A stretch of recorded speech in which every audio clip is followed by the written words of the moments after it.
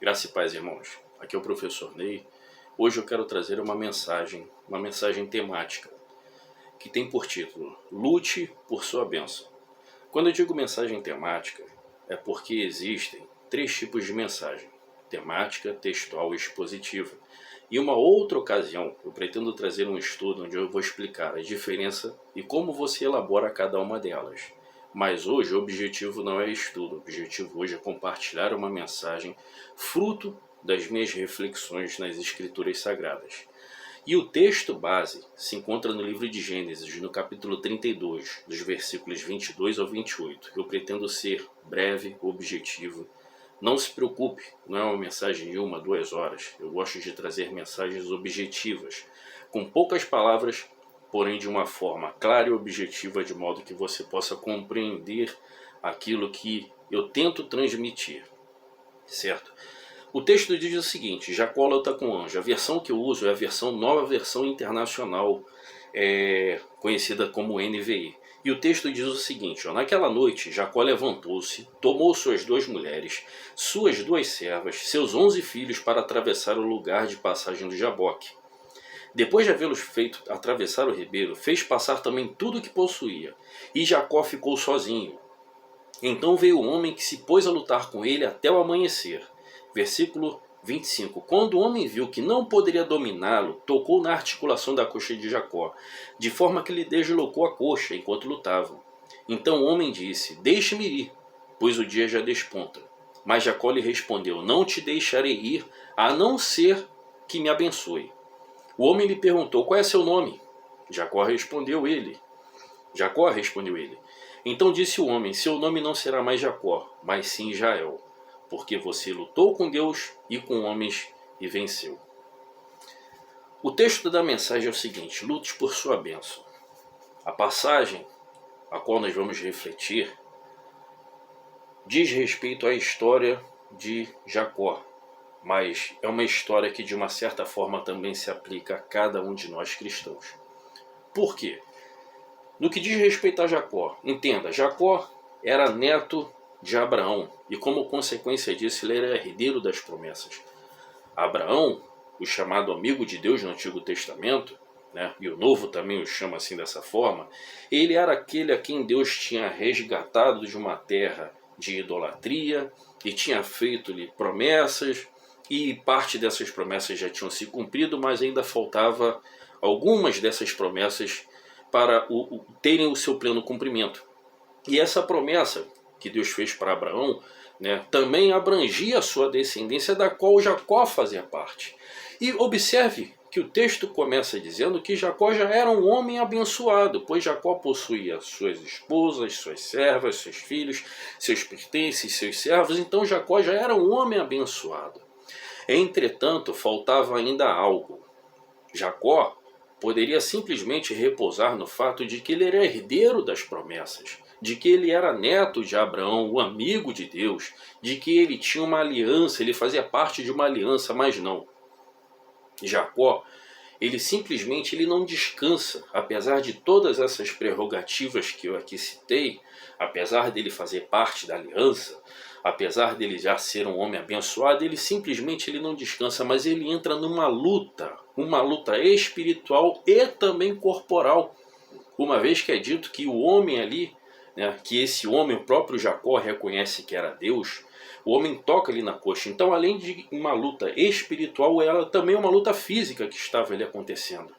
Jacó, de alguma forma, quando ele ficou sozinho, apareceu aquele homem que o próprio Jacó reconhece como sendo Deus, uma manifestação de Deus para ele, né? O próprio Deus em si manifestando-se de uma forma humana para Jacó, e Jacó entra numa luta corporal com ele, porque Jacó queria mais. Jacó simplesmente ele não descansava por fato de que ele era herdeiro de uma promessa, ou de que ele era neto de Abraão, ou que ele já era um homem abençoado. Ele sabia que havia algo a mais, a qual ele queria conquistar. Ele queria. E ele queria tanto, mas ele queria tanto que ele passou uma noite inteira lutando. Ora, quem já praticou algum tipo de luta sabe que um embate físico, seja num treino ou mesmo numa luta, né, profissional, é cansativo. é cansativo. E nós estamos falando de uma coisa ali de minutos, certo? Uma coisa de minutos, é cansativo, é exaustivo, fisicamente é cansativo. Agora você imagina uma noite inteira, até o amanhecer, você se atracando com um homem ali, um embate físico, que não era só físico, era muito mais espiritual do que físico propriamente dito. Mas, ora, o quanto aquilo deve ter custado para Jacó, o quanto aquilo deve ter sido exaustivo, o quanto aquilo deve ter sido cansativo, irmãos. Mas Jacó queria a sua bênção e ele estava disposto a lutar enquanto ele não fosse abençoado. Tanto é que o homem fala aqui, ó, deixe-me ir, pois já o dia já desponta. E qual foi a resposta de Jacó? Não te deixarei ir, a não ser que você me abençoe. Olha, irmãos, é isso que eu quero trazer como reflexão de hoje, dessa mensagem. Existem bênçãos, entenda o seguinte, existem diferentes formas de ser abençoado, existem diferentes maneiras de alcançar uma bênção. Existem bênçãos que são consequências naturais das suas escolhas. Como assim? Todos os dias, quando você é cristão, se levanta, você tem uma escolha, continuar obedecendo ou não. Todos os dias você tem que tomar uma decisão. Todos os dias. Você pode continuar com o seu ministério, você pode entregar.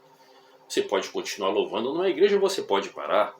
Você pode continuar indo para a igreja ou não. Você pode continuar pregando ou não. Você pode continuar ensinando ou não. Você pode continuar orando ou não.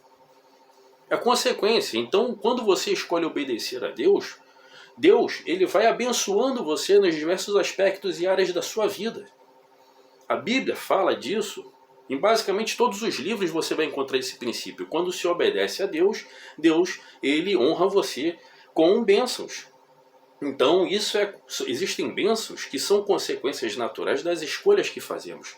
Entretanto, e é isso que eu quero trazer nessa mensagem, existem bênçãos que você só vai conquistar por meio da luta, da oração, do jejum, da obediência, da persistência. E quando eu falo luta, entenda que não é luta física. O assunto aqui não é física, é espiritual. Existem bênçãos que você, para conquistar, você vai ter que lutar. Lutar em oração, lutar em jejum, lutar pelas madrugadas, buscando com o joelho no chão na beira da sua cama, lutar nas campanhas de oração, lutar nos cultos de busca, nas vigílias, nos montes, se você for, né, alguém que frequenta, que vai, enfim, como você cultua, como você busca, isso é uma questão sua. Mas a questão é a seguinte, existem bênçãos que você só vai conquistar por meio da luta com Deus. Eu não sei que bênção é essa. Pode ser de repente uma cura. De repente você tem algo que você precisa orar muito para que Deus te conceda. Pode ser a restauração de uma família. Eu converso com muitas pessoas que me falam isso. Nossa, como eu queria ter minha família restaurada. Não sei, não me interessa saber o que acontece com a tua família, se foi um erro seu ou não, não interessa. Isso não vem ao caso. Mas você quer a restauração da sua família? Você quer a salvação de um filho, de uma filha que de repente está se perdendo aí no mundão? Você quer a salvação do seu esposo, da sua esposa, da sua mãe, do seu pai? A sua cura, uma bênção em particular, uma bênção especial. Olha o exemplo de Jacó. Jacó já era um homem abençoado. Ele era próspero, ele tinha esposa, ele tinha filhos, mas ele sabia que tinha uma coisa a mais, tinha uma bênção a mais. E que para alcançar aquela bênção ele precisava mais do que simplesmente ser neto de Abraão. Para alcançar aquela bênção ele precisava muito mais do que simplesmente fazer parte de um pacto. Ele teve que lutar para conquistar ela. E é isso que eu quero que você entenda. Existem bênçãos que para você conquistar, você vai ter que lutar com Deus. E quando eu falo lutar com Deus, entenda que eu não estou dizendo no sentido de que Deus seja mau, não. Não é isso. É porque quanto mais você se aproxima de Deus, inclusive para buscar algo, mais você é transformado, você é fortalecido, você é abençoado. Mais você cresce. Quando você se empenha a passar, a buscar por algo, você não percebe, mas você está sendo espiritualmente fortalecido, você está crescendo, você está sendo transformado. E ao mesmo tempo você está mostrando para Deus até onde você está disposto a ir para alcançar o seu objetivo. Aí você pergunta, mas Deus não é onisciente? Sim, Deus é onisciente, Deus sabe. Deus sabe, irmãos, o que você quer. Deus sabe o que você precisa. Mas só, nós estamos falando aqui de uma luta espiritual. E não existe luta com um só personagem. Luta sempre tem que ser no mínimo 2. Então, essa luta que você vai ter que conquistar, essa bênção que você vai ter que conquistar, essa bênção que você vai ter que conquistar por meio da luta, é você e Deus. Entenda que Jacó ficou sozinho. Jacó fez passar tudo e todos. E ele ficou sozinho. Então, quando você se dispõe a lutar em oração para conquistar algo, você está tendo experiências que você jamais teria. Se Jacó não tivesse ali se atracado com aquele homem, ele jamais teria tido essa experiência. Não é só a bênção, é o processo. Entenda que não é só a bênção que você precisa. Quando você se dispõe a lutar, eu vou buscar porque eu quero a salvação da minha família, eu quero a restauração da minha família, eu quero a salvação do meu filho, da minha filha, eu quero a salvação da minha esposa, do meu esposo. Quando não é só a bênção e a luta, é o processo. É o processo que vai te fortalecer. É o processo que vai fazer você entrar de um jeito e sair de outro. Não é só a bênção, é o processo. É um todo. Você nunca sai o mesmo quando você entra numa luta em busca de uma bênção. Você nunca sairá. Ele começou aquela noite como Jacó. E ele terminou o amanhecer como Israel. Ele saiu com a certeza de que ele era abençoado. E é isso que eu quero que você entenda. Determinadas conquistas, determinadas vitórias, determinadas bênçãos, você vai ter que lutar para alcançar. Quanto tempo eu vou lutar? Eu não sei. Jacó lutou uma noite.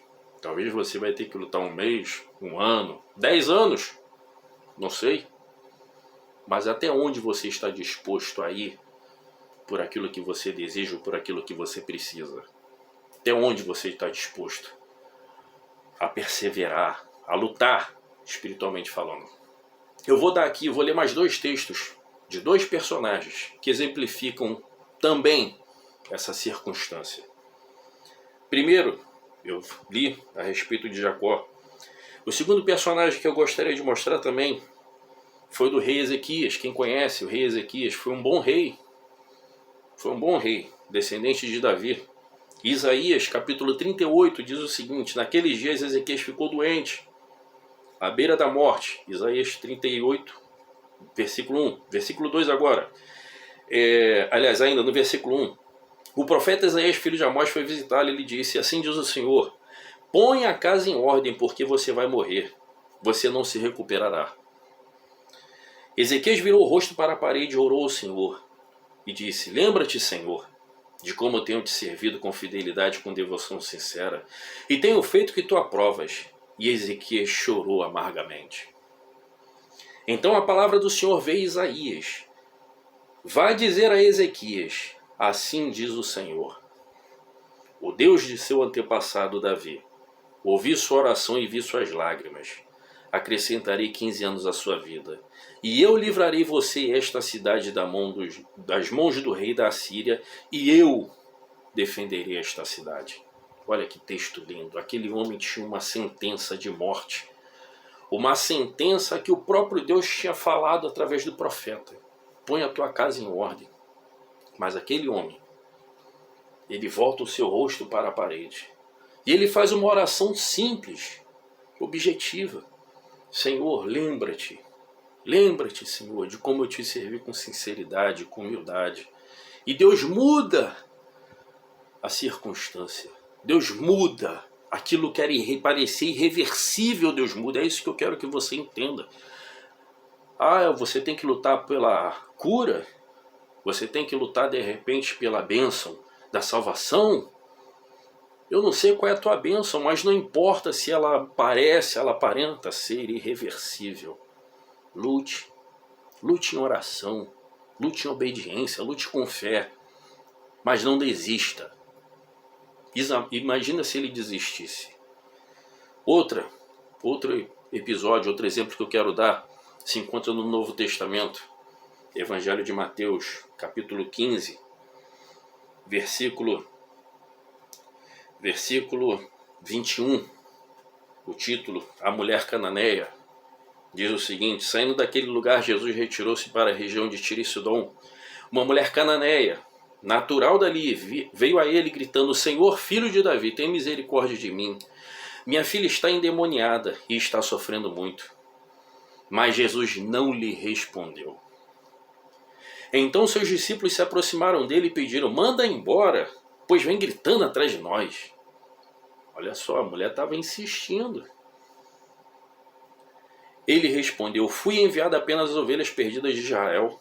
A mulher veio, a adorou de joelhos e disse: Senhor, ajuda-me.